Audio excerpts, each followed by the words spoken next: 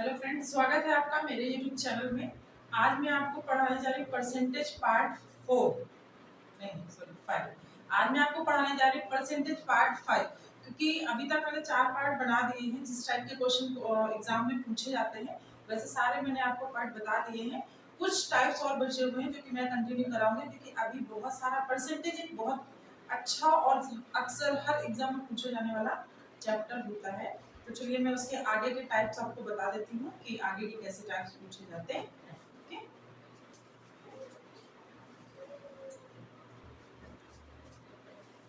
तो चलिए इसमें पहला क्वेश्चन ये है आज का हमारा। यदि चीनी की कीमत में 28% वृद्धि हो, यानी चीनी का कोई भी मूल्य चल रहा है उसमें हम अचानक से वृद्धि हो जाए, वैसे भी महंगाई चल रही है, तो अगर वृद्धि हो तो उपभोक्ता द्वारा खपत में कितने प्रतिशत की कमी की जाए जिससे चीनी पर व्यय अपरिवर्तित रहे।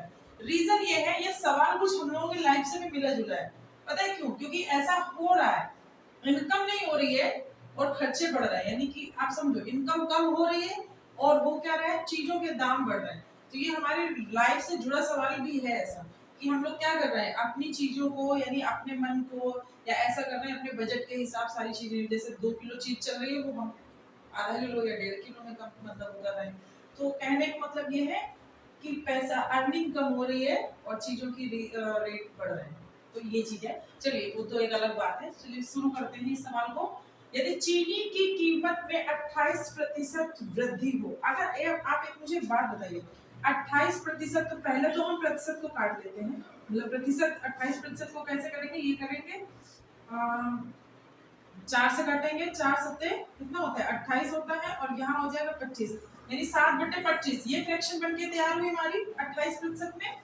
अब उसने बोला है कीमत में वृद्धि हुई है, तो यानी कोई चीज कितने की थी, 25 की थी, अब बढ़ के कितने की हो गई है, 25 में 7 बढ़ गई है। तो पहले की चीज यानी कि हमारे प्राइस में देखो क्या हुआ है, 25 की चीज थी तो वो अब कितने की हो गई है, 32 की हो गई है। ठीक है, समझना ध्यान से। अब उसने बोला है खपत में कितने प्रतिशत की कमी की जाए जिससे चीनी पर व्यय, जो चीनी खर्च हो रही है, ये चीनी पे पैसा खर्च हो रहा है, वो क्या रहे, अपरिवर्तित रहे, अपरिवर्तित रहे। सॉरी, तो देखिए ये हमारा खर्च है, तो इसको तो हमें पता ही नहीं है, लेकिन उसने बोला है पैसा, ये बोला है कि कितना, मतलब हमें अपरिवर्तित रखना है, कोई चेंजेस नहीं होते, यानी ये भी ये दोनों क्या रहे, बराबर रहे। कहने का मतलब ये था कि जिससे चीनी पर व्यय हमारा अपरिवर्तित रहे, तो चीनी पर व्यय अपरिवर्तित रहेगा, दोनों यानी फिर क्या हो जाएगा, इसको दोनों को यहाँ पे दोनों बराबर मान लेते हैं।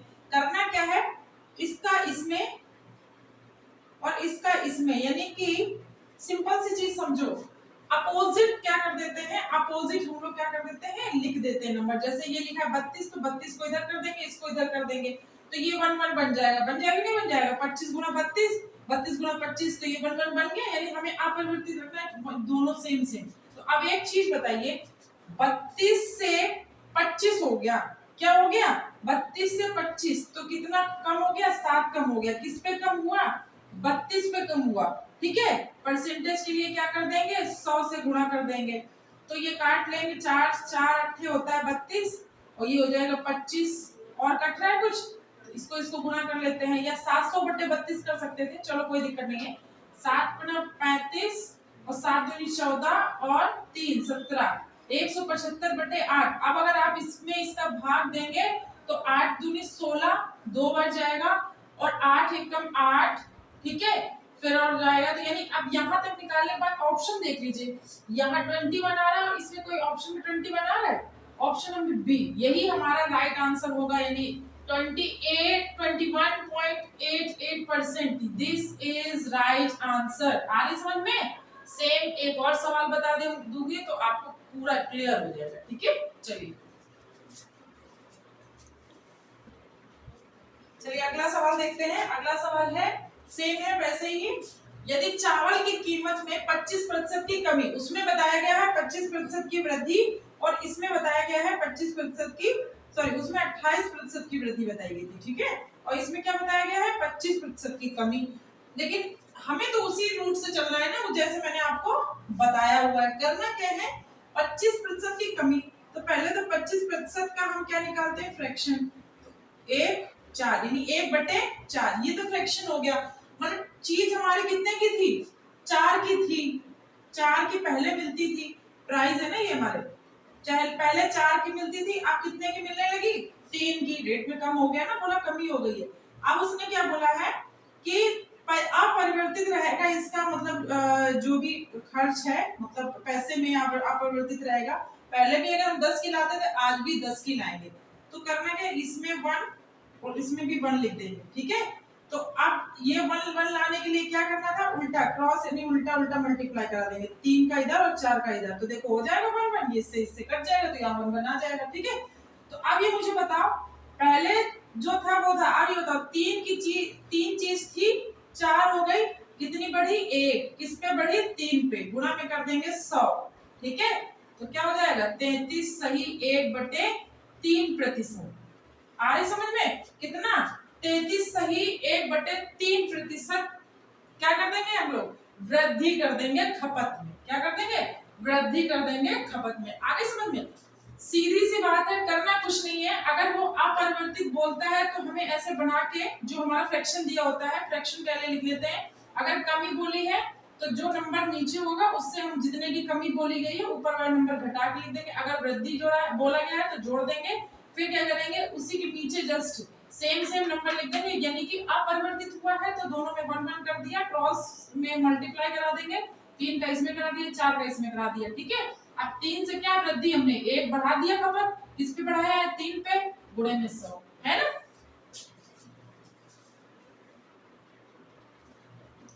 अगला क्वेश्चन है हमारा, जो कि बहुत एग्जाम्स में पूछा जाता है, ये बहुत बार आया हुआ है, मैंने खुद दिया एग्जाम्स में, इस सवाल को सॉल्व किया है। राजेश 34 नंबर से फेल हो गया, ठीक है, यानी टोटल पासिंग मार्क्स जो होती है ना, उसमें उसके 34 नंबर कम थे, तथा नेहा पासिंग मार्क्स से 16 नंबर अधिक लाती है, ठीक है। नेहा को राजेश से 5% अधिक अंक प्राप्त हुए, कुल अंक बताना है, यानी टोटल नंबर कितने अंक का पेपर हुआ था ये हमें इसमें बताना है। करना क्या है ये बताइए, इसमें और कुछ तो समझ में नहीं आ रहा है, इतना तो समझ में आ रहा है कि नेहा को राजेश से 5% अधिक अंक प्राप्त हुए, यानी कि देखिए पासिंग मार्क्स जो मान लीजिए कुछ भी रख दी गई, सपोज हमने पासिंग मार्क्स 50 रख दिया, ठीक है, तो उसको 50 से यानी 16 नंबर एक्स्ट्रा प्राप्त हुआ, यानी कि ये कितने नंबर नेहा लेके आई होगी, 66। ये मैंने एज्यूमिंग किया, ये रियल में कुछ सॉल्विंग नहीं है, समझ लीजिए खाली, ठीक है। तो मतलब नेहा के 66 नंबर होंगे, क्योंकि ये पासिंग मार्क्स थे और ये एक्स्ट्रा नंबर है। और राजेश के कितने होंगे, तो राजेश के इसमें से 34 कम होंगे, यानी लगभग 16। राजेश के भी 16 नंबर, राजेश के कितने नंबर आए होंगे, 16, यानी कि 16 नंबर आए होंगे, क्योंकि देखिए पासिंग मार्क्स से कितने नंबर कम है, कितने नंबर कम है, इसका कितना डिफरेंस है, 34 का है, क्योंकि उसने बोला भी है राजेश के पास कितने 34 नंबर कम है पासिंग मार्क्स से, यानी कि पास हो जाता अगर 34 नंबर मिल जाते। तो मैं ये इतना सब ये इसलिए लिख रही हूँ समझाने के लिए कि ये बताओ मुझे अभी कि यहाँ से यहाँ तक का डिफरेंस कितने का है। ये नेहा के मान लीजिए इतने आए हैं और इसके इतने आए, कितने का डिफरेंस है, ये चीज समझा रही थी। अब मैं आपको तरीके से समझाती हूँ, ये तो सिर्फ समझाने में ये बोला था। तरीका ये था कि 34 नंबर राजेश के कम है, 34 नंबर आए नहीं है, और नेहा के 16 अधिक है, किससे, पासिंग मार्क्स से। तो इन दोनों का क्या कर देंगे, इन दोनों को हम लोग ऐड कर देंगे। क्यों कर देंगे, इसका हमें मतलब डिफरेंस निकाल लेना है। इन दोनों का डिफरेंस कितना है, 34 प्लस 16 यानी कितना हो गया, 50। कितना हो गया, टोटल 50 नंबर का है डिफरेंस। और इसमें क्या बोला गया है, नेहा को राजेश से 5% अधिक अंक प्राप्त हुए, इनके हिसाब से 5 और हमारे हिसाब से 50, तो कर देंगे सॉल्व, ठीक है।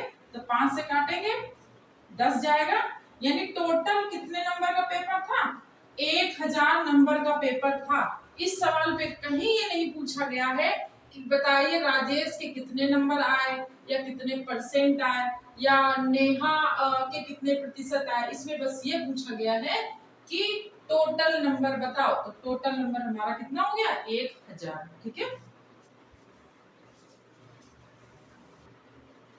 अगला सवाल है, राम 30 अंकों से फेल हो गया, कितने अंक से फेल हो गया है, 30 अंकों से। और क्या पूछा गया, तथा पूजा उत्तीर्ण नंबर से 18 अंक, यानी उत्तीर्ण जो नंबर था, यानी वही सिंपल सी भाषा में बोले पासिंग मार्क्स से कितने नंबर, 18 नंबर ज्यादा लाए। तो पूजा को राम से कितने 8% अंक, पूजा को राम से 8% अंक प्राप्त हुए, यानी अधिक प्राप्त हुए। कितना प्राप्त हुए, 8% अंक अधिक प्राप्त हुए, ये नहीं लिखा अधिक, ठीक है। कितना प्राप्त हुआ, 8% अंक अधिक प्राप्त हुआ। कुल अंकों की संख्या बताइए। सेम चीज है, इन दोनों का डिफरेंसेस कितना है। आप सोच रहे हो कि डिफरेंस निकाल रही है बट दोनों को जोड़ दे रही है, समझो। इसके 30 नंबर कम है, ये माइनस का 30 है, तो ये पहले यहां तक जाएगा, तो ये नंबर सॉरी ये यहां तक जाएगा 0 तक पहले, ठीक है। तो ये 0 तक पहुंचा, फिर इसके बाद में प्लस में, ये माइनस में था, इधर इधर इधर जाएगा प्लस में। तो यहां से लेके यहां तक चलने में उसको इन दोनों को जोड़ेंगे तभी तो पता चल पाएगा कि इन दोनों के बीच में दूरी कितनी है, कितने नंबर की है। आ रही समझ में। इसलिए हम क्या कर देते हैं, इन दोनों को जोड़ देते हैं तो डिफरेंस निकल के आ जाता है। इन दोनों को जोड़ेंगे तो डिफरेंस कितने का आ गया, 48 का। पूजा मतलब हमारे प्रश्न के हिसाब से क्या है डिफरेंस, 8% का। 8% मल्टीप्लाई कर देंगे 100 से, 6 आ गया। यानी कि कितना पूर्णांक है इसका, 600, 600 नंबर का टोटल प्रश्न पत्र पूछा गया था, ठीक है। क्वेश्चन है, ए 30% अंक हासिल करके 15 अंकों से फेल हो गया, यानी उसके नंबर टोटल है 30%, फिर भी वो 15 नंबर से क्या हो गया, फेल हो गया। तथा बी 40% अंक प्राप्त करके, यानी हासिल करके आवश्यक अंक से 35 अंक अधिक लाई, यानी क्या है, लाई है, लाया कुछ भी है, ठीक है। यानी कि 40% अंक किसके हैं, बी के। तो जितना पासिंग मार्क्स था उससे उसके कितने नंबर ज्यादा थे, 35 नंबर ज्यादा थे। तो सफल होने के लिए आवश्यक अंक प्रतिशत बताओ, यानी पासिंग मार्क्स पूछा गया है, ठीक है। तो अब एक चीज बताओ, ये है ए और ये है बी। ए के कितने प्रतिशत नंबर आए, 30%, फिर भी वो कितने नंबर से फेल हो गए, यानी 15 नंबर उनके कम थे तो वो फेल हो गए, ठीक है। फिर क्या बोला कि बी के 40% नंबर आए हैं और इनके पास एक्स्ट्रा कितने नंबर हैं, इनके पास एक्स्ट्रा है 35%। अब एक चीज बताओ, इन दोनों का डिफरेंसेस परसेंटेज में क्या है, 10%। इधर डिफरेंसेस क्या, सेम प्रोसेस, डिफरेंस क्या है, ये माइनस है ये प्लस है, तो इन दोनों का डिफरेंस कितना है, 50 का, ठीक है। तो इनका इनका इधर 10 का है और इधर 50 का है, तो क्या कर देंगे, 50 के भागे दे देंगे 10 से और गुणा में कर देंगे, क्या गुणा में करेंगे, गुणा में किस क्या करेंगे 100। तो पहले तो हमें टोटल अंक प्राप्त हो जाएंगे कि टोटल कितने नंबर का पेपर था, 500 नंबर पूर्णांक, यानी कि 500 मार्क्स का टोटल पेपर था। अब पूछा क्या गया, पासिंग मार्क्स पूछा गया है। तो मुझे एक चीज समझाइए बहुत आराम से कि 500 नंबर थे, ठीक है, 500 नंबर टोटल मार्क्स थे, 30% में वो फेल हो गया, वो 30% में क्या हो गया, फेल हो गया। तो मुझे एक चीज बताइए, 15 नंबर उसके और आ जाते, 15 नंबर और आ जाते किस पे, 500 में, ठीक है। तो क्या हो जाता, वो पास हो जाता। तो देखिए 0 से 0 काट देंगे, 5 से काटेंगे 3, यानी कि 3। हमने क्या किया, 15 नंबर का निकाल लिया 500 में, तो इससे कितना आया 3%। तो भैया 30% तो उसके पास था ही था और 3% और आ जाता, तो 30 और 3 टोटल कितना प्रतिशत बना रहा है, 33%। यानी कि टोटल पासिंग मार्क्स कितनी थी, 33%। ये आप इसमें भी निकाल सकते हो, ये इसके इस वाले नंबर पे रख के, लेकिन जो जिसमें कम है उसी वाले में रख के हमने निकाल लिया, ठीक है।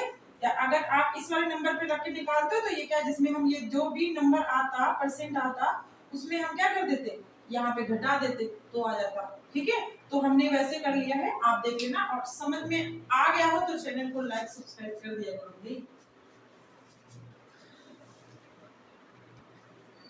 अगला सवाल है, जैसा ये सवाल लिखा है इस सवाल के जैसा ही एक सवाल और होता है, बट फर्क ये होता है कि उसको करने का तरीका अलग होता है। रीजन ये है क्योंकि इसमें टोटल परसेंटेज दे दिया है कि इतना परसेंट उसमें, इतना परसेंट इतना परसेंट इस चीज में खर्च हुआ है। लेकिन जो एक और सवाल होता है उसमें बताता है जैसे कि अपनी आय का 40% भोजन पर तथा उसका मतलब फिर उसके 10%, फिर उसका 20%, ऐसे बोलते हैं, तो वो चेंज होता है, वो सवाल अलग होता है, ठीक है। करना क्या है, इसमें देखिए हर एक वैल्यू अपने आप में 100% होती मानते हो, ठीक है। तो इसने एक जो भी मासिक आय होगी इसकी वो 100% होगी। कितनी होगी? 100% होगी। ठीक। अब एक बात बताइए, राधा अपनी आय का 40% भोजन पर, ठीक है, उसने भोजन पे 40%, 20% घर पर तथा 10% मनोरंजन पर और 10% परिवहन पर खर्च कर देती है। यानी 100% में इतना इतना प्रतिशत सब डिवाइडेड है, इसमें इसमें खर्च होता है। तो उसने बोला यदि एक महीने के अंत में उसकी बचत 1500 रुपए है तो मासिक आय बताओ। एक महीने में उसकी इनकम क्या है? तो देखिए जोड़ लेते, 40 20 होता है 60, 60 10 होता है 70 और 70 10 होता है 80, यानी 100 में से 80% तो वो ऐसे ही खर्च कर देती है। बचता क्या है इसके पास? 20%। हमारे हिसाब से 20% बच रहा है, सवाल के हिसाब से कितना बच रहा है? 1500। तो 1500 वैल्यू किसकी है? 20 की। हमें चाहिए होती 100%, यानी कि पूरी इनकम बताओ। तो इससे इसको काट देंगे, इससे ये कट जाएगा, यानी कि 750 सॉरी 75 गुणे 100 यानी 7500 रुपए। यानी टोटल इनकम इनकी कितनी है मंथली? 7500 रुपीज। 7500 रुपए ये मंथली कमाती है। ठीक है, चलिए सवाल ये वाला लगाते हैं। सन 2000 में एक कस्बे की जनसंख्या 12% बढ़ी, यानी कोई भी एक कस्बा है जहां पे जनसंख्या जो थी पहले से उसमें 12% वृद्धि हो गई तथा सन 2001 में बीमारी के कारण जनसंख्या 8% कम हुई। यानी कि कोई बीमारी आ गई, जैसे कि हमारे टाइम पे मतलब इसमें कोरोना वायरस आया था, ऐसे कोई बीमारी आई जिसमें 8% जनसंख्या क्या हो गई? कम हो गई। दूसरे वर्ष के अंत में जनसंख्या कितनी थी बची थी? जब दूसरा वर्ष का अंत में जनसंख्या गिनी गई तो 64,400 थी। तो शुरुआत में शहर की जनसंख्या ज्ञात करो। तो पहले तो हम क्या करेंगे, 12% दिया हुआ है तो इसको क्या कर देंगे, इसका फ्रैक्शन निकालेंगे। तो 4 3 12 होता है और ये 25, यानी कि बोला है बड़ी। अब आप ये सोचते हो कि ऐसे क्यों करते? अच्छा एक बार बताओ, जनसंख्या बढ़ी बोला तो 100 में से 100 हो गई, 112 हो गई। तो मैं ऐसे कर देती हूँ कि जैसे आपके हिसाब से ऐसे होना चाहिए, है ना, ये होना चाहिए। तो काटेंगे तो बात वही निकलेगी हम जो करते हैं। ठीक है, इससे समझो 12% का हम पहले फ्रैक्शन निकालेंगे तो 3/25, यानी टोटल कितनी थी? टोटल पहले वर्ष में कितनी थी? पहले वर्ष में टोटल थी 25, बढ़ी कितनी? 3, तो 25 से कितनी हो गई? 28 हो गई। फिर बोला 2001 में, यानी दूसरा जब वर्ष आया तो 8% क्या हो गई? कम हो गई। तो 8% कम, यानी कि हम इसको लिख सकते हैं 4 दूनी 8 और 25, है ना, यही तो लिखेंगे। ठीक है, तो ये कितनी थी? 25 थी और 2 कम हो गई तो कितनी बची? 23 बची। अब आप बताइए उसने बोला क्या है? दूसरे वर्ष के अंत में जनसंख्या कितनी थी? 64,400। कितनी थी? 64,400। हम लिख देते हैं 64,400। हमारे हिसाब से दूसरे वर्ष के अंत में कितनी थी? इन दोनों का मल्टीप्लाई, तो इन दोनों का मल्टीप्लाई ना करा के ऐसे ही लिख देते हैं, कटेगा तो काट देंगे। गुणे में पूछा गया है पहले कितनी थी, तो पहले 25 25 दोनों को लिख देंगे। ठीक है, अब आप बोलोगे मैम ये अलग अलग है, नहीं, देखो एक चीज समझना कि इन दोनों को मल्टीप्लाई कराएंगे, इन दोनों को मल्टीप्लाई कराएंगे, तो इन दोनों को मल्टीप्लाई करने से ये पता चलेगा कि पहली जनसंख्या कितनी थी, इन दोनों को मल्टीप्लाई कराने से ये पता चलेगा कि अभी कितनी है। इसीलिए मैंने मल्टीप्लाई ना करा के इसको ऐसे लिख दिया, कैलकुलेशन आसान हो जाएगी। इसको काटते हैं किससे? 4 से काटेंगे, 4 सत्ते होता है 28 और ये काटो 4 एकम 4, 4 छम 24, 4 एकम 4 और 2 जीरो कटा। अब 7 से काटो, 7 एकम 7, यहाँ 7 दूनी 14, 7 त्रिका 21, 2 जीरो, यानी 2300। क्या बचा? 2300। और यहाँ हमें 23 दिख रहा था, 23 एकम 23 और ये कटेगा 100 बार, यानी सीधी बात है यहाँ ऊपर बचा 100 और ये कितना हो जाएगा? 25 का गुणा 25 में करेंगे तो होता है 625। तो इन दोनों का गुणा कर देंगे तो 6 2 5 2 0। ठीक है, कितना? 62,500 पहले जनसंख्या थी। अब आप बोलोगे कि ये मैम 64,000 तो मरने के बाद यानी कम होने के बाद हुई थी। तो बेटा इधर 62 बढ़ी तो भी थी 12%। कितनी बढ़ी थी? 12% यहाँ बढ़ी थी। आ रही समझ में? नोट कर लीजिए, स्क्रीनशॉट ले लीजिए।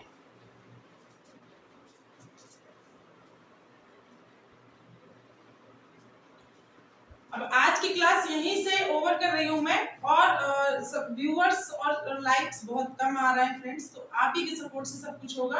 तो चैनल को शेयर कर दिया करिए, जैसे ही आप क्लिक करते हो तो एक बार उसको देखिए, तो हो सकता है आपके काम की चीज हो। ठीक है, अगर आप कंपटीशन की तैयारी कर रहे हो तो वो तो आपके काम की चीज जरूर है। तो आप इसको क्या करिए, शेयर भी कर दिया करिए, आपके फ्रेंड्स को फायदा मिलेगा, साथ साथ मुझे भी फायदा मिलेगा। ठीक है, तो आपसे यही उम्मीद है कि आप सपोर्ट करोगे और हमसे उम्मीद रखिए कि हम आपको अच्छा कंटेंट ला के देंगे मैथ्स। ठीक है, तो चैनल को पूरा यहाँ तक देखने के लिए, वीडियो को पूरा यहाँ तक देखने के लिए thank you so much and ख्याल रखिएगा अपना।